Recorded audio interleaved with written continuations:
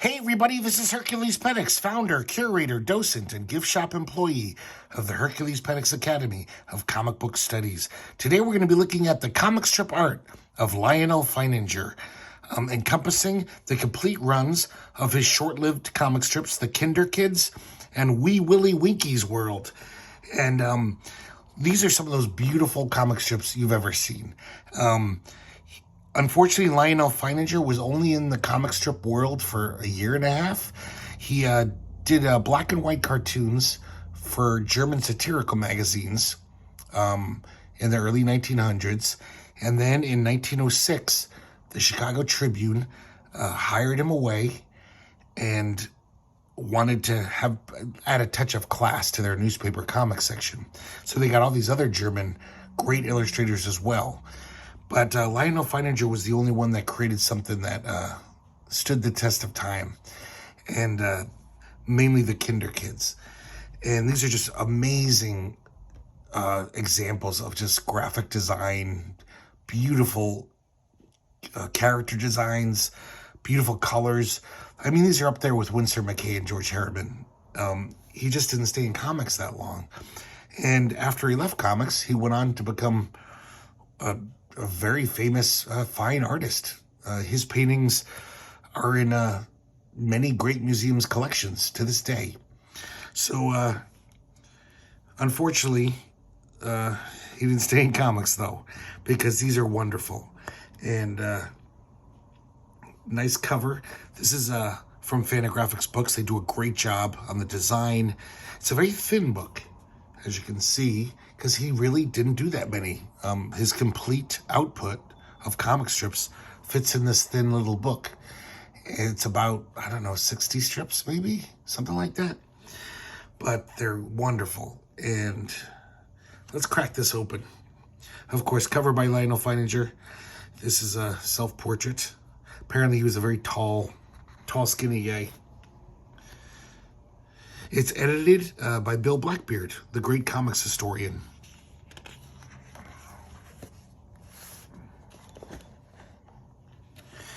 Here we have a photo of some of the toys he made. Even into his old age, he liked to make little toys featuring these cartoon-like characters. So he always had a love of, cartooniness, but he went into fine arts, and that's what paid the rent, I guess. Here we have a photo of him. They mentioned that he looked like John Cleese, and he kind of does, huh? But this is a great introduction, gives you plenty of information of his life, how he came back to America to work for the Tribune and make these wonderful, legendary comic strips. He was born in America, and then when he was a young man, he went off to Germany to study art and music. And he lived there for a long time. I think he bounced back and forth, but a significant amount of his life was spent in Germany. Here we have some character studies of the Kinder Kids. They're very different than what they came to be, except for Aunt Jim Jam. All the other ones, I don't even think these characters appear in the comic Kinder Kids. Here we see some of his German satirical cartoons that he did. Actually, some of these were in the late 1800s. He was already drawing these cartoons, but so different than, what he ended up doing with this stuff. So we start off with this opening page here. This was a week before the Kinder Kids premiered. They had this introductory page, well, actually 2 pages, and they to introduce the characters. And here, this is the cover image, of course, and we see all the Kinder Kids here.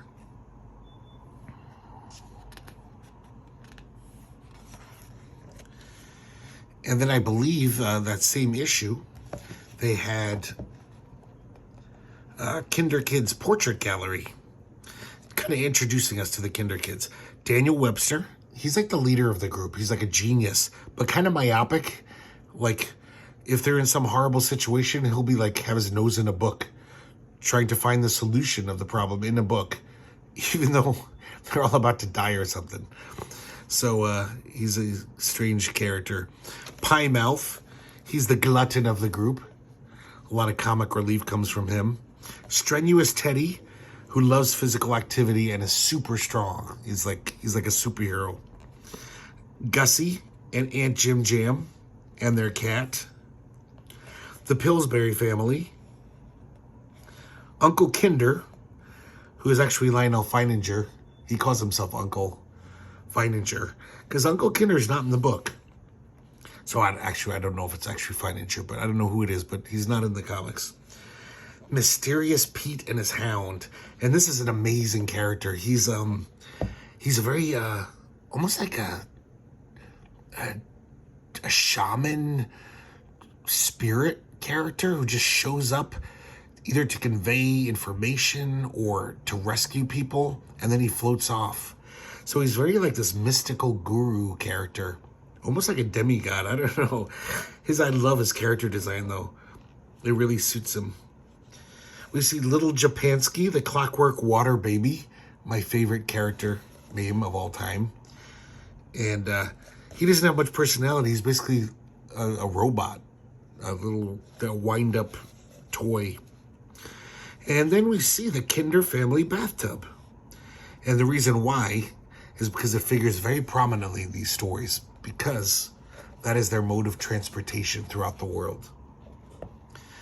So now we see the very first strip, the Kinder Kids Abroad, triumphant departure of the kids in the family bathtub. And we see this beautiful panorama of New York Harbor, Statue of Liberty's waving goodbye to them. All of these various characters with their little word balloons saying jokes. So much stuff is crammed in this page. Look at these insane clouds. Those are complete abstract clouds, just nuts. And here we see the family bathtub has been turned into a boat. Its motor is Japansky, who just has an unlimited stamina to just keep kicking when they wind him up. And we see our little Kinder kids on there heading out to see the world.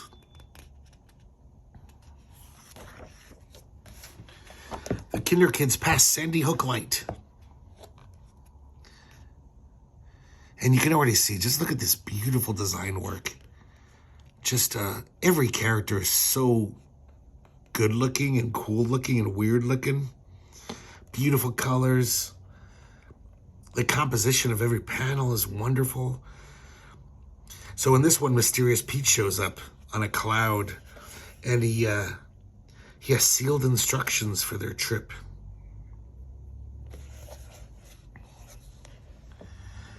Next, we see the Kinder Kids Abroad, the kids' terrible adventure with a whale. And this school of whales, I don't know if that's what you call a bunch of whales, a flock of whales, they see their little bathtub, and they're very ornery whales.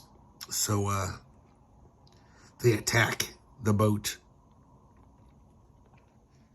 And Strenuous Teddy is so strong, he spears one of them and lifts him over the boat, spurting blood everywhere. It's crazy.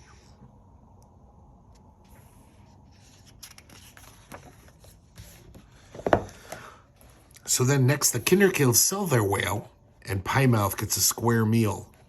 He gets more than that, actually. So they hail a ship, and they say, hey, you guys want to buy this whale? And they're like, sure. And I just look at the great cartooning for this boat and these characters. Just weird designs. They're all kind of mutated and weird looking. So they're very nice guys. So they say, hey, have dinner with us. We'll feed you guys. Thanks for the good price on the whale.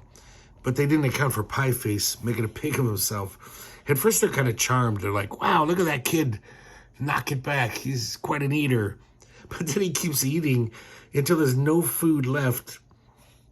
And they have to roll him down the gangplank. He's so fat now. And they're all just kind of like, God damn it, that fucking fat kid. He fucked us over. And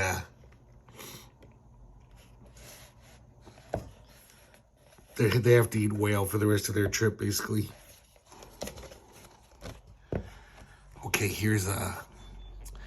But Pie Mouth comes to the rescue. They get caught in this horrible storm. And I just love the way he draws, just the various angles, the chaos of it, of being in a storm. You can't teach that at schools. That is just amazing art chops. But because Pieface is so, fat and bloated, he's very buoyant, so they don't sink. He's almost like a life preserver. But they lose all their stuff. It all falls into the ocean. So now they're fishing in the next episodes. The Kinder Kid make a lucky haul. And they get this giant fish. And when they cut him open, all of their stuff is in its belly. So they get all their stuff back. Even Japansky was swallowed up too. And they happily take off. Now we cut away to Auntie Jim Jam and Cousin Gussie. They're in their parlor.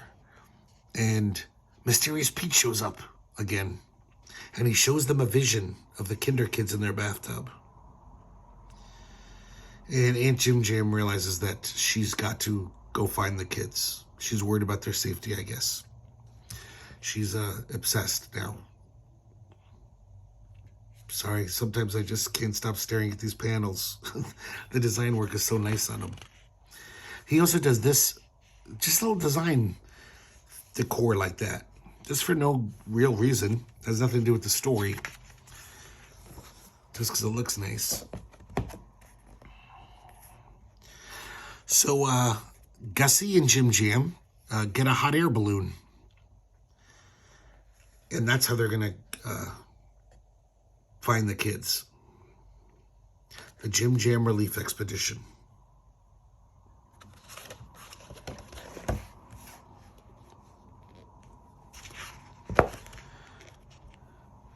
And they get into various hijinks. The balloon crashes into a steeple and pulls the steeple off. He gets caught on their anchor.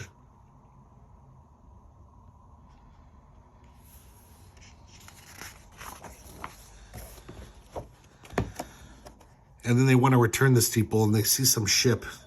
And they use the steeple as a bullhorn. They say, hey, are you guys heading to, I think, Boston or something? Will you take the steeple back with you?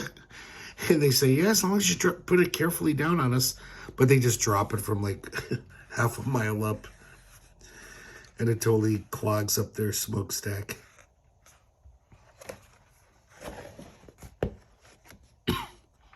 So Aunt Jim Jam catches up with the kids. And I love this. She's trying to spoon feed them castor oil from the balloon. But they escape.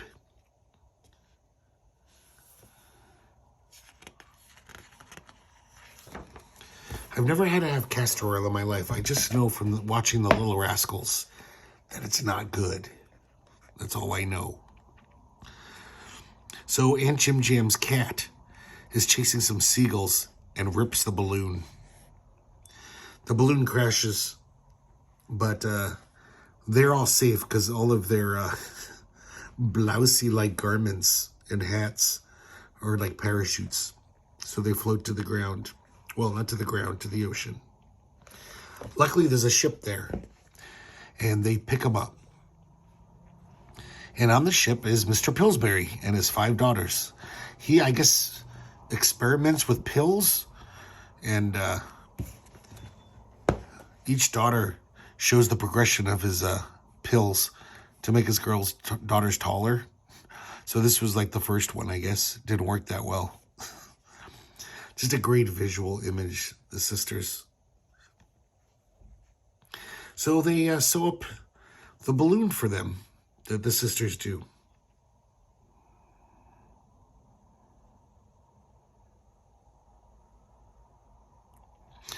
And they meet this one guy. I'll get his name later. Let me see if I can see it over there. Yeah, I can't remember what his name is. But he fills up the balloon with cigar smoke. But they're not being careful, and so the whole balloon just flies away without them. And they're like, oh, shit.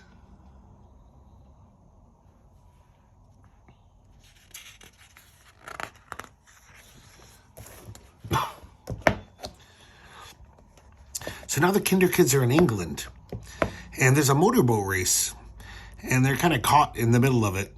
But they're like, yeah, we're going to win this thing. So they tie boards to Japansky's feet, like paddles, and they totally kick everyone's ass.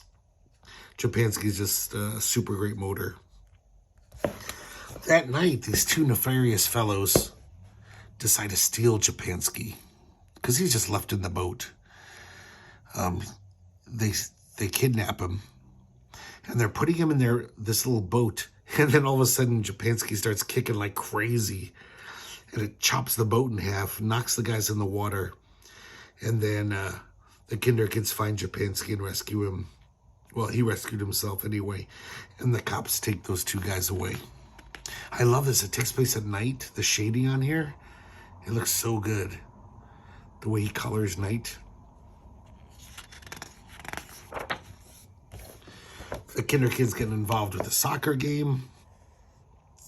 Some hijinks ensue. I like this strip. It's Strenuous Teddy enters this contest. There's like 3 wrestlers, and if you can beat them, you get a prize or something. So Strenuous Teddy enters. And look at the design on these wrestlers. It looks like total modern art characters, like that George Gross guy, or I don't know how to say his name. One of those kind of artists, like Klimt or something. Just really crazy shapes and kind of mutated forms. But, of course, Strenuous Teddy beats the crap out of all of them. He's even juggling them at the end. But then Aunt Jim Jam shows up with her castor oil, so Strenuous Teddy runs away. Man, I love the way these guys look. Just crazy.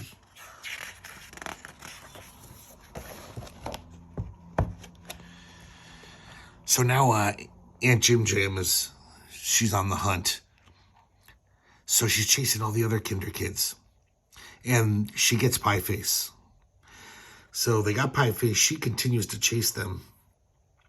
But they escape into their boat, their bathtub, and she falls in the water.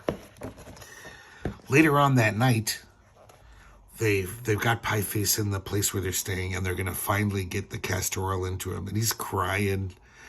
He's like, no. Luckily, this chimney sweep up here, he hears the cries of Pie Face. And he says, oh, I've got to rescue that person. Someone's hurting someone. And he throws his little, like, whatever chimney sweep line down. And Pie Face grabs it and is rescued. He's pulled up through the chimney. Once again, beautiful night coloring. This looks so good. So they escape together on the rooftops. Still no castor oil for the Kinder kids. So now the Kinder kids get caught in this giant water spout in the middle of the ocean. And Mysterious Pete shows up again. And he takes a revolver out and shoots the giant water spout. And it dissipates it. He saves the day.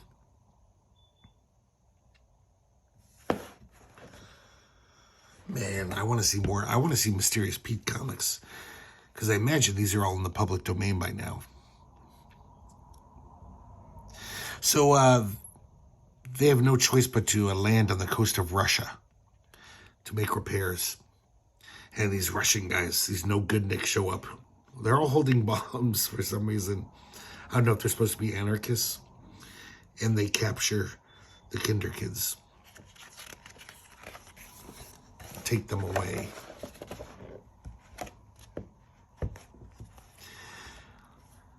So once again, Japansky just starts kicking and flailing. He's unstoppable. But they figure out a way to put him in this cage, and they throw everyone in jail. A prison cell, I meant to say. So Sherlock Bones, the dog, he smells something, figures out a way to escape the prison. And they're free. He breaks them out.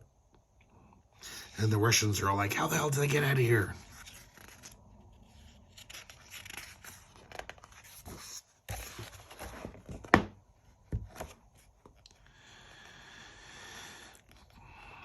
And now we're back with Jim Jam and Gussie.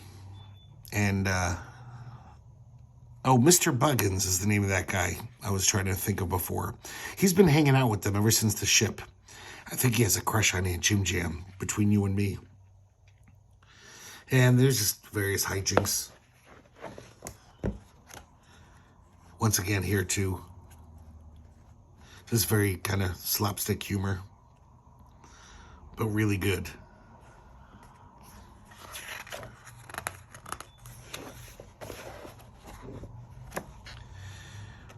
Here's yet another one. I love this one though, just the chaos. Look at these panels, just the chaos increasing. Like just the way he designs the panel, it just feels like shit's getting out of hand, you know? Chaos is winning against order. Some more of those design motifs. But God, this just stuff is so pleasing to the eye. So now we're getting kind of back to the plot. Aunt Jim Jam's like, we got to find those kids still. So they hire this guy, our trio of heroes, hire this guy with the flying machine. He kind of looks like an alien. He's wearing this big bearskin rug. I guess that was the style at the time. And these goggles. You can't even see his face. But look at this crazy flying machine. It's kind of like something Dr. Seuss would make.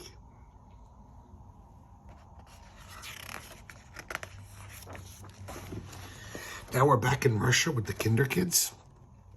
And they've turned their bathtub into a sleigh so they can get around Russia. And these wolves attack them. But luckily they've got salt and pepper. And it makes all the wolves sneeze. I like how all the wolves have their tongue out at the same angle. It's just funny to me. Funny image. God, some of these colors are so fucking vibrant, you know? And these, who knows how vibrant they were when they came out? I mean, these are old newspaper comic strip proofs. I can only imagine how vivid they were in 1906, right off the newsstand. So in this one, Pieface has a sore tooth, and he goes to the dentist. But this dentist is more than he seems. He's kind of like a practitioner of weird, arcane medical practices. So he wants to do an experiment on Pieface. And he fills him up with water. And he puts him on this brick oven for like an hour. And when he's done, Pieface comes out looking like this. I don't know if you can see that well. But he's all shriveled up. And the Kinder kids are like, we got to get him to a restaurant. Quick. We got to fatten him up. And this is so unfortunate. This is the last Kinder kids. It just ended without a real ending. The kids never finished their journey. And it just ended like that. Less than a year. God, it could be even less, a half a year. And, excuse me. Such a damn shame. But we do get his second strip. Wee Willie Winky's World. Or How Things Look to Wee Willie Winky. And pretty much that is the whole theme of the strip.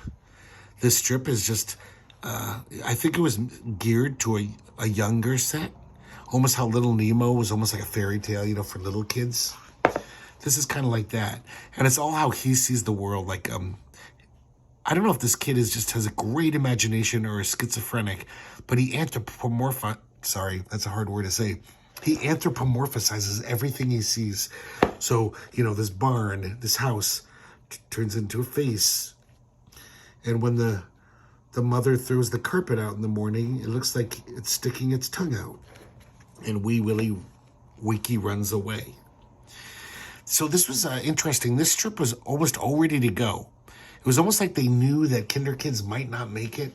So they were like, kind of told Feininger, like, have another strip ready. Something maybe more genteel. Because around this time, Ladies' Home Journal, magazines like that, even then, they were attacking comic strips. And, like Hogan's Alley, Happy Hooligan. And it did seem like when they introduced word balloons to comics, which kind of made comics what they were, as opposed to like little drawings with just little captions underneath. Humor magazines had been doing that for decades. But the combination of word balloons and art with sequential storytelling, that's what took the world by storm when comic strips became the number one craze in America, you know. So, but genteel people thought that was crude. Those were crude. And like a nicer comic strip would look more like this, like a children's book. A little caption, no word balloons, and the caption would illustrate what's in the drawing. And I mean, that's what like Prince Valiant did, you know. Hal Foster wanted it to be sophisticated and didn't want to seem like a lowly comic strip. So that's what he did in Prince Valiant. I gotta say, that's why I never liked reading Prince Valiant without word balloons. It's just a heavily illustrated story. It's barely comics to me. The beautiful synergy between words and pictures that happens in comics, you kind of lose that when you do this. But at the time, it was considered more palatable to whatever lame parents. And but the art is still great in these. It doesn't have nearly the amount of humor or fun characters as Kinder Kids, but it's still wicked art, wicked good. Does seem like he definitely loves using the design elements in these comics. Every strip will just have these weird, you know, just nothing to do with the story. Lyonel Feininger just felt like doing that. So it's the same thing every week. You know, trees sometimes, a lot of cloud ones. Because, you know, clouds, it's easy to imagine they look like things.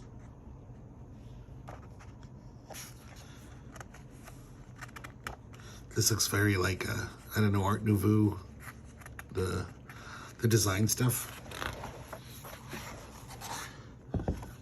This one with these trees here totally reminds me of the cartoonist or graphic designer who did the comic book insert in The Point, that Nilsson children's record.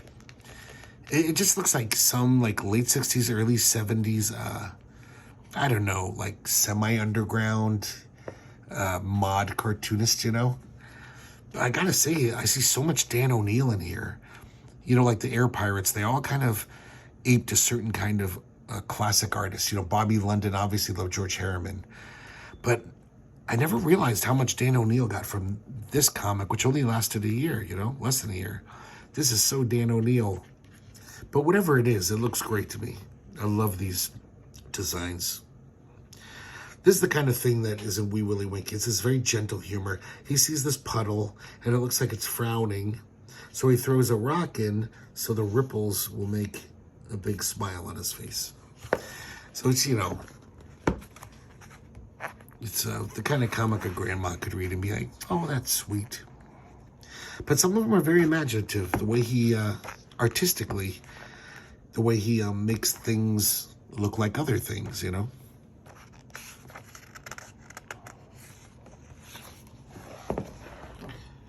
Oh, look at the colors on this one, this sunset. That's some nice stuff. I like these yawning windows, too. So, yeah, the art's clever. The writing, not so much. The writing is very, like, dumbed down to little kids. Man, I love this stuff.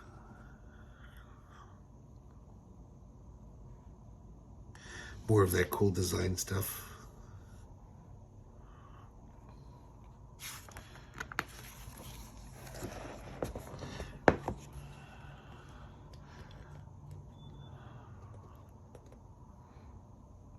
He sees this old tree as an elephant. These haystacks look like little old ladies in their dresses. Here's another example. This design motif here, a mouse has nothing to do with this story, but Lyonel Feininger felt like drawing mice that week. So he just made this little design element of these cute little mice.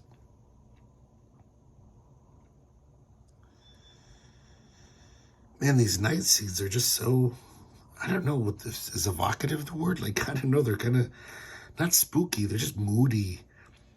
They're like, they seem too serious to be in a little kid's comic. Some more cloud imaginings.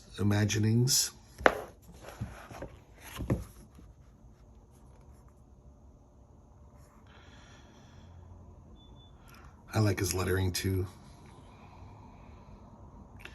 Well, this one, of course, has no other lettering, just his logos, I should say, his titles. So this lasted even less than Kinder Kids. People didn't like this either. Such a shame. Because even though I don't like this nearly as much as Kinder Kids, I want hundreds of these. They're still fucking beautiful. And look at the painting on this, the painted looking colors. I do kind of like this, how the ship looks like it's poking the sun in the eye and like, get down there.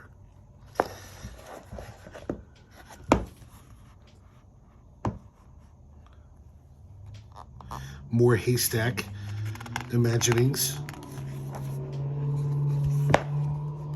Oh, this one's insanely wonderful. Just, oh, I love this panel with this crazy pen work here, this scratchy pen work. So different than this.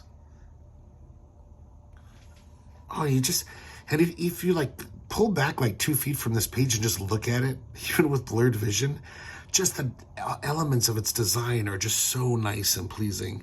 Just the way all the panels work against each other, the shapes in here, the swoop of these trees.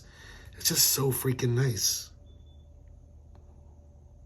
Ah, gorgeous. Here's another one. Beautiful stuff. Great design motifs here.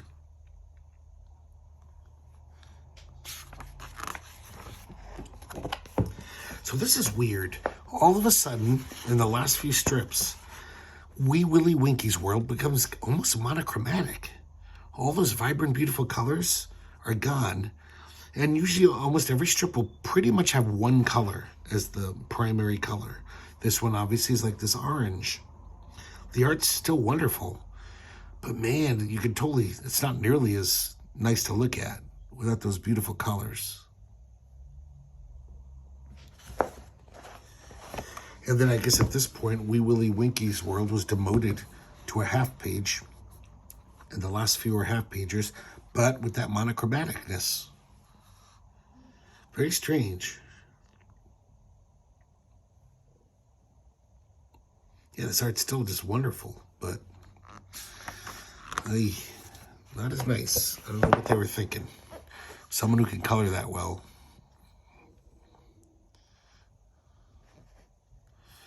Some more half pagers. And then we have one more full pager, so I guess that was just a temporary thing. And really nice one, but you know, just one, pretty much one color. And that's it for Wee Willie Winky's world and the Kinder Kids. But I kind of like that they put this in. Comics lost became fine arts gain. And after years of reading about Lyonel Feininger and his fine art, I finally, because of this book, got to see one. So this is his fine art. This is like 1908. So this is just a year or two after he stopped doing comic strips. So he just hit the ground running. And from what I've read, he was very successful right out of the gate. So he never went back to comics, unfortunately. And I don't know. It seems like, though, if you look at this painting, his time in comic strips does seem to infuse his work with certain sensibilities, like the colorfulness, I don't know, the character designs. But I gotta say, this isn't nearly as pleasing to the eye as any of his comic strips. It's kind of a weird design, like, oh, you got all these figures over here and just one guy. I don't know. All this space here. This painting is called The Manhole, by the way, if you're interested. So sad that one of the greatest comic strip artists of all time just had such a truncated career.